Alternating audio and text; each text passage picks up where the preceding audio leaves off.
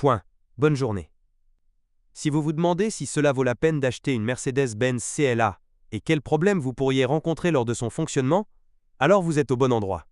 Ainsi, la carrosserie de la Mercedes-Benz CLA n'a pas peur de nos hivers, où les routes sont généreusement saupoudrées de sel et de réactifs.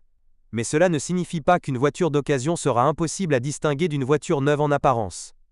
Le point faible du CLA réside dans les nombreuses décorations chromées de la carrosserie qui deviennent troubles après seulement quelques années d'utilisation.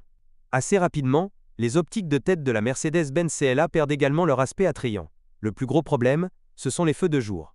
Ils s'éteignent souvent après 3 à 4 ans de fonctionnement. L'entreprise allemande exige le remplacement complet des optiques non séparables, ce qui coûte assez cher. Heureusement, il existe suffisamment d'artisans capables d'ouvrir le cache des phares et de ressouder les LED. Cela coûtera beaucoup moins cher. Les portes vitrées sans cadre sont une solution audacieuse et très belle. Cependant, les futurs propriétaires doivent garder à l'esprit qu'en hiver, les vitres peuvent geler jusqu'aux joints de porte. Il vaut donc la peine de traiter ces derniers avec de la graisse silicone dans tous les cas. L'intérieur de la Mercedes-Benz CLA est élégant, mais il y a des plaintes concernant la qualité des matériaux de finition. Il y a beaucoup de plastique franchement bon marché dans l'habitacle, ce qui prouve une fois de plus que ce modèle est d'abord produit en série et ensuite seulement relativement prestigieux. Au moment où un véhicule atteint 100 000 km, lorsque le revêtement des sièges commence à briller et que le cuir du volant s'use sensiblement, l'intérieur de la Mercedes-Benz CLA perd complètement tout son éclat. Les berlines et les breaks équipés d'un moteur à essence de 2,0 litres sont pratiquement introuvables sur le marché secondaire. Vous ne trouverez pas non plus de CLA de base de 120 chevaux. La plupart des voitures sont équipées d'un moteur turbo de 1,6 litres développant 150 chevaux. Et cette unité de puissance, malheureusement, ne s'est pas avérée la plus réussie.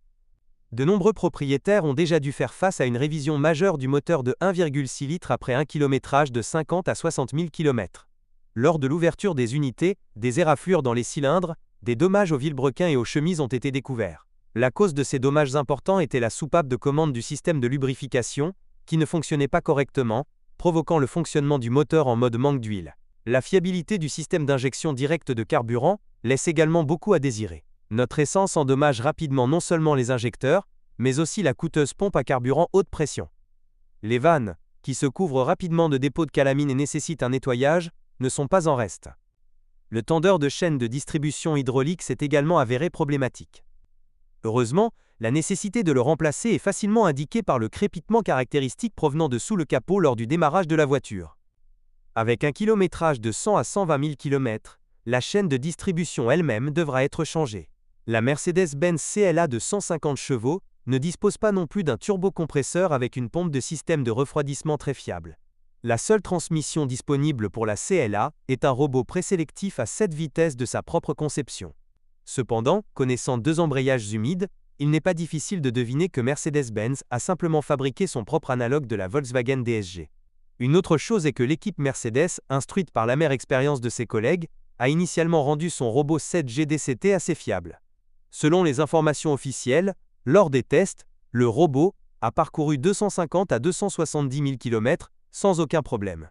Et cela semble être vrai, puisque jusqu'à présent, il n'y a eu aucune plainte majeure concernant la transmission robotisée de la Mercedes-Benz CLA.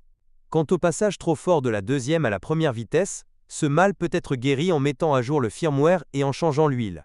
Dans tous les cas, ce dernier devra être changé au moins une fois tous les 60 000 km.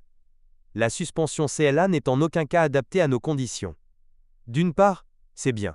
Cela n'a pas réussi à gâcher la bonne contrôlabilité initiale lors de l'adaptation. En revanche, la garde au sol de la Mercedes-Benz CLA ne dépasse pas 12 cm, ce qui n'est franchement pas grand-chose. Côté fiabilité, les jambes McPherson à l'avant peuvent affronter les rigueurs de nos routes. La suspension arrière multibras est également bonne.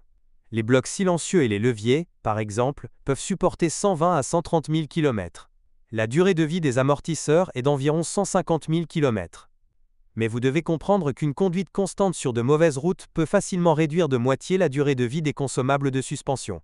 Les propriétaires d'une Mercedes-Benz CLA ne voudront pas rouler sur un asphalte lisse, également parce que la voiture tremble et est dure. Il vaut mieux ne pas s'attendre au confort habituel de Mercedes de la part du CLA, ainsi que la fameuse fiabilité allemande. Cette petite voiture s'est avérée assez problématique d'un point de vue opérationnel.